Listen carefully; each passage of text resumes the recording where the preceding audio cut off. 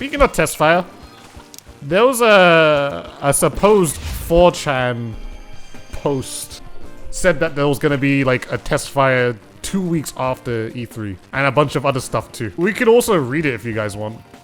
I think that'd be funny. So I saw this posted by Pufu, who like trolls a lot of people on Twitter, including me.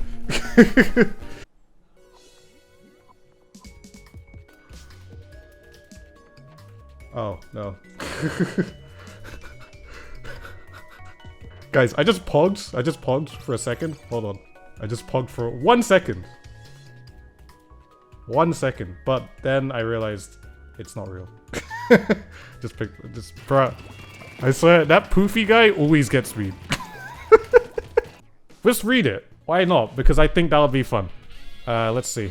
Alright, does this look good, guys? Alright, so... what is this all about, guys? This is a 4chan leak, but I think it would be very fun as the ThatSrb2DUDE community to go ahead and read it and see how crazy these ideas are. And then we can kind of visualize everything. So as I said before, I'm going to read it all first, and then I'm going to like go through each point one by one to then talk about what I think and all that jazz, if that makes any remote sense to you guys. So let's get into it. So Splatoon 3 at Nintendo Direct. So it's gonna be at the Nintendo Direct on the 15th, which is very, very close. And it says the release is slated for June the 30th, which I assume placeholder June the 30th, 2022. We don't know if it's actually coming out on that day, but that's just, this is 4chan for you. A quick tour of the Splatlands functions similarly to Octo Valley / Octo Canyon, but is fully explorable with hidden secrets. A story mode is teased, but not fully expanded on. Basically, in the lobby, they're going to show us a bunch of stuff, and they're going to hint on some secrets. So, you know those, like, apartment different things? They're probably going to, like, zoom into that and be like, hey, guys, you can go into apartments and do all these different kinds of stuff. So, like that. Or probably something completely different. If this is true. Of course. Moving on, though. Little Buddy plays a role in the story, although it is not explained how. You don't really know what that means. That's basically how the very first trailer went. I don't think they're really going to explain what he does or why he's there.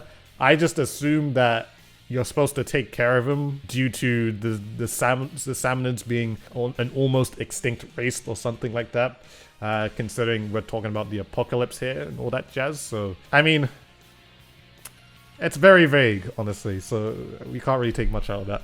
An in-depth tour of Splatsville. Splatlands and Splatville are connected via train station. Would they really give us an in-depth look like that, though? The thing is why I don't really think that we'll get an in-depth tour of any of that, honestly, is I honestly could see this in just a Splatoon 3 Direct, to be very honest. If they're gonna show us things like that, they'll probably show us that in a Direct. It's a Splatoon dedicated Direct, in my opinion. So yeah. Shops showcased: Ammonites, Decked Out, Cannibal, Think Tank, Krusty Bucket. Okay, basically the shops that we have already. Okay. New idol group introduced called Nosedive. The members are Felicia, Rocky. Their signature colors are reddish pink and dark green, respectively. Felicia and Rocky. The thing about those names, okay, so look, just think about it. You got Callie and Marie, Calamari, Pearl, and Marina. I mean, those names kind of speak for itself. They're very related to things of the ocean, however you want to call it. What is Felicia and Rocky? Okay, maybe Rocky, Coral Rock or something, but why Felicia? Why? If it's gonna be like that, then okay, but why Felicia?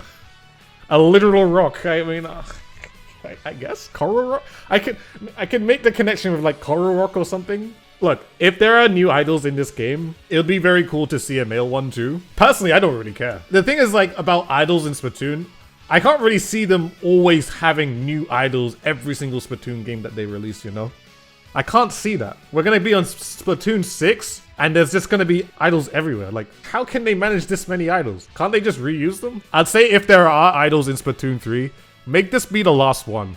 Like, and just have that as our, you know, our cast of idols, and then you can kind of switch it up in Splatoon 4 and Splatoon 5 and do whatever. Like, reuse them and then just put them in a different setting and all that jazz. There can't be like 20 million idols. There's just no way, dude. There's just no way. They can't. Anyways, now to the good stuff, guys. 5 new stages shown. Dagger Tooth Desert, which I assume is like the map that we've seen for a very, very long time. Lampari Highway, Mullet Metro, Hijika Boardwalk, Ammonite Dig Site. I like how creative they are, and it's very, very much like how the name scheme of how Splatoon 1 and 2 do it. I mean, if that's just a blatant lie, that's not bad. I give you that. Good stuff. Do I think that's real? I don't know. You can't really take too much from what something's going to be cool, but you know, I think if this is a lie, they did a good job of lying there. I give it that. 3 new weapons. Varieties of Ink Bow, seen in the initial trailer. Dual Booster. Dually variant of the Blaster. Honestly, when you think about it, a blaster that can roll? Imagine it's a blaster that you can dodge roll with. That'd be kind of cool. If it's only I guess if it's just that blaster that can do the dually roll, that would actually be kind of cool. I mean, of course, has some sort of balancing with that, but a blaster with some decent movement or better movement than other blasters, as long as there's no ink armor or anything, that would be kind of cool, honestly. So, and along with like all the other like new movement mechanics that we have with the Squid Surge and Squid, what's the other one called again? The Squid Surge. Guys, what is it? We have Squid Surge and what? Squid Roll. Okay, that's it. That's it. How did I forget that? It literally is just a roll. Last weapon, the Splatterang, the boomerang-like weapon. I mean, sure. I guess you throw it, it comes back, it develops a maybe like a circle of ink. So it's like, whew, catch, whew, catch. I mean, how would that work, honestly? I guess you'd throw it forward and it'll come back. I mean, honestly, when you think about it, something like that could work. Like, it could be a thing where like, you throw you throw the boomerang in front of you and it only spins and goes in front of you. And it's like a disc that goes forwards. And it probably applies like 50 damage, but if it comes back, it can also hit somebody as it's coming back, you know? So it can hit someone going forward and as it comes back. You'd probably have to put like some sort of like jet booster under the boomerang so it like flies, and it could be like ink that keeps it propelled into the air as it comes back. It'd just be kind of weird, honestly, because you'd have to throw it quite a lot, which would be interesting. Either way, I like the creativeness. If that's real, then okay. I would be very shocked if it was real. If it's not, then, I mean, hey, you probably convinced somebody. Splatterang sounds like it's a better weapon as a sub-weapon. Honestly, you're right. You're very much right, because, like, when we think of, like, weapons in this game, we really do think of, I'm holding a gun. I'm holding a gun. It really be like that. But if it was a sub-weapon, if you throw something like a sub-weapon like that, and it comes back and forth to you, I think that could work, honestly.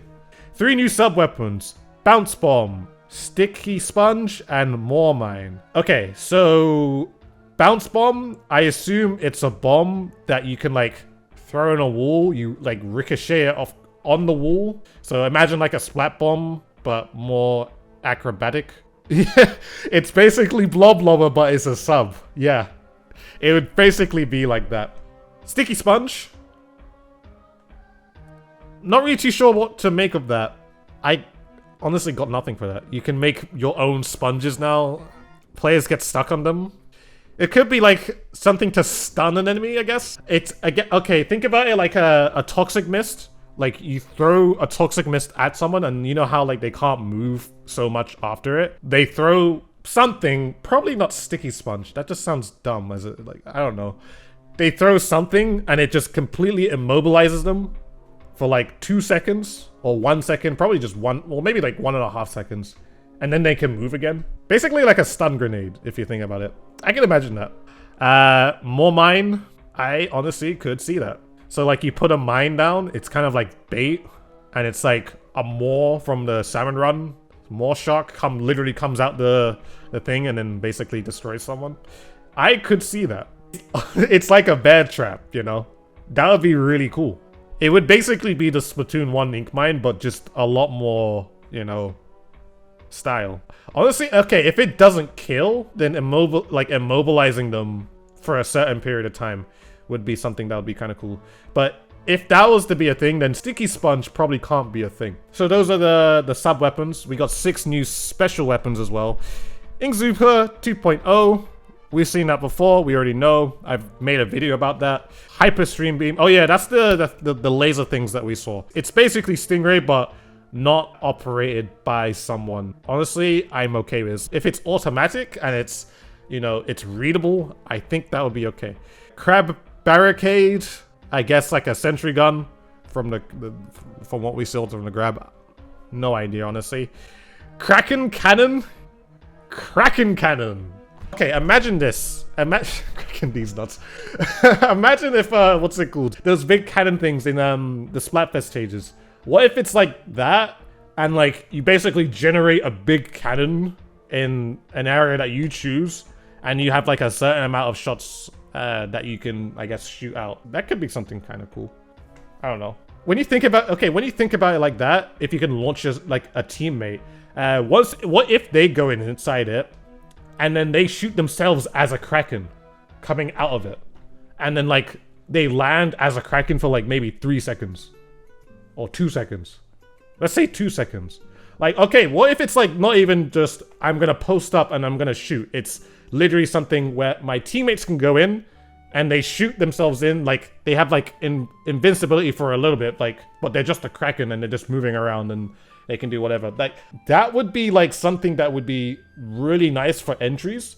So like you build up your Kraken cannon, you shoot like maybe 1 or 2 of your teammates in, and it's like 2 Krakens coming in, just roaming around doing the standard Kraken stuff. Honestly, it's not a bad idea. If we're talking about like, if we're wanting to entry into this game, that would be actually kind of cool. Fling shot. I'm not so sure what that means. Why? What does that even mean? I mean, yeah, slingshot, but why? Kamikaze yourself for enemies. I guess it's slingshot of something, but it's only so much. Wave Rider. I imagine Wave Rider being like you're on like a skateboard or a hoverboard. Imagine like basically like Sonic Riders, and like you basically like just surfing around, but you also have your weapon with you. So you're surfing around and you're basically way faster, and you can like shoot people as you're surfing. Imagine. I guess it depends on the weapon that you might have. Maybe some weapons would have Wave Rider, and I guess not all of them, but you know. How reliable is this information we have on the screen right now? It's not reliable at all. I mean, 4chan, just so you guys know if you haven't heard it already, it's very, very notorious for getting supposed leaks. Some actually are true. A large majority of them, no. Just no. But we're reading this for fun, just to imagine, just to get ourselves thinking, you know. So that's all the sub-weapons, all the new weapons, and all that type of stuff. Global Test Fire will launch 2 weeks after E3.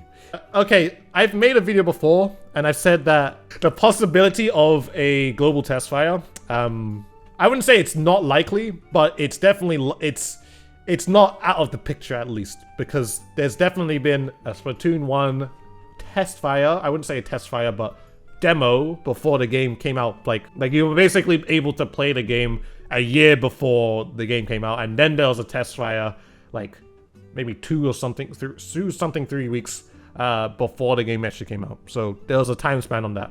You never know. They really could do anything when it comes to Splatoon 3. Considering COVID is a thing and no one can try out the game or any sort of demo, I honestly would have assumed if there was a Splatoon 3 demo at E3 that you would be able to play it there. I would see that happening, honestly. We have the online world with us, and You know, if you have your Nintendo Switch and you can have a demo, you could just download a demo. So, honestly, global test fire, I mean, okay, I wouldn't say it's likely, but it's not unlikely. We know that there's going to be one, considering Splatoon 1 and Splatoon 2 have had one before. I mean, I know it's only 2 examples, but, you know, we're currently on a 100% win rate of getting global test fires or demos for this game, so I could see it happening eventually. Premier Splatfest themes. Rock versus pop for North America and Oceania. Coffee versus tea in Europe. Lanterns versus fireworks in Japan. I really just don't care about that. Hey, I like Splatfest. It would be nice if there was ranked in Splatfest, or you could play something like that. I'd assume if there's a demo of Splatfest or something like that, it'll just probably be Turf War. Give me some ranked Splatfest and I'll be okay with it. If there's none, then personally, I really don't care. After the rest of the news, the train we saw at the beginning leaves the station. Camera pans to a hidden location on the map. That is the Splatoon 3 Nintendo Direct. How credible do I think this is? There is just certain things that I feel like they're probably going to do for this game that's going to be vastly different. Like, starting with game modes, I feel like they're going to have some different game modes.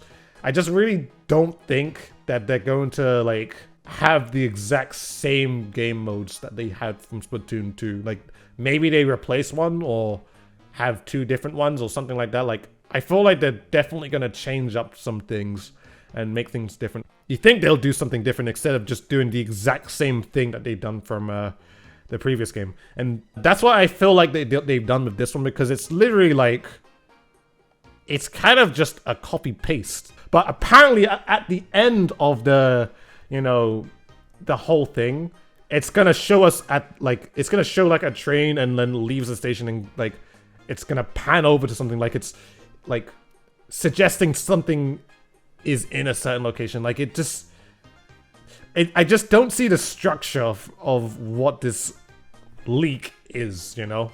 I think the ideas are cool, like the new weapons, the new sub-weapons. I mean, we kind of like try to imagine what we might think one would be there, but I mean, of course, they probably only give us so much on a direct, but I feel like there's so much more they would be missing out. But yeah, I feel like there's just a lot of stuff left out. I think it's fun to do kind of things like this. Yeah, guys, that's all I gotta say. Like, there's not really much else to go off from this, other than from what I just said. I think at some point we will get a Splatoon 3 Direct, and it's gonna be very, very much in depth. I feel like if Splatoon 3 is at E3, I don't know the extent of what they're going to show us. So, yeah, that's all I'm going to say with this, guys. And I hope you guys enjoyed listening. If you're watching on YouTube, make sure to like, favorite, comment, and subscribe. And join the Discord. Everybody, if you're in this chat right now, join the Discord, because if you aren't, then you're making me very sad, and you don't like it when I'm sad.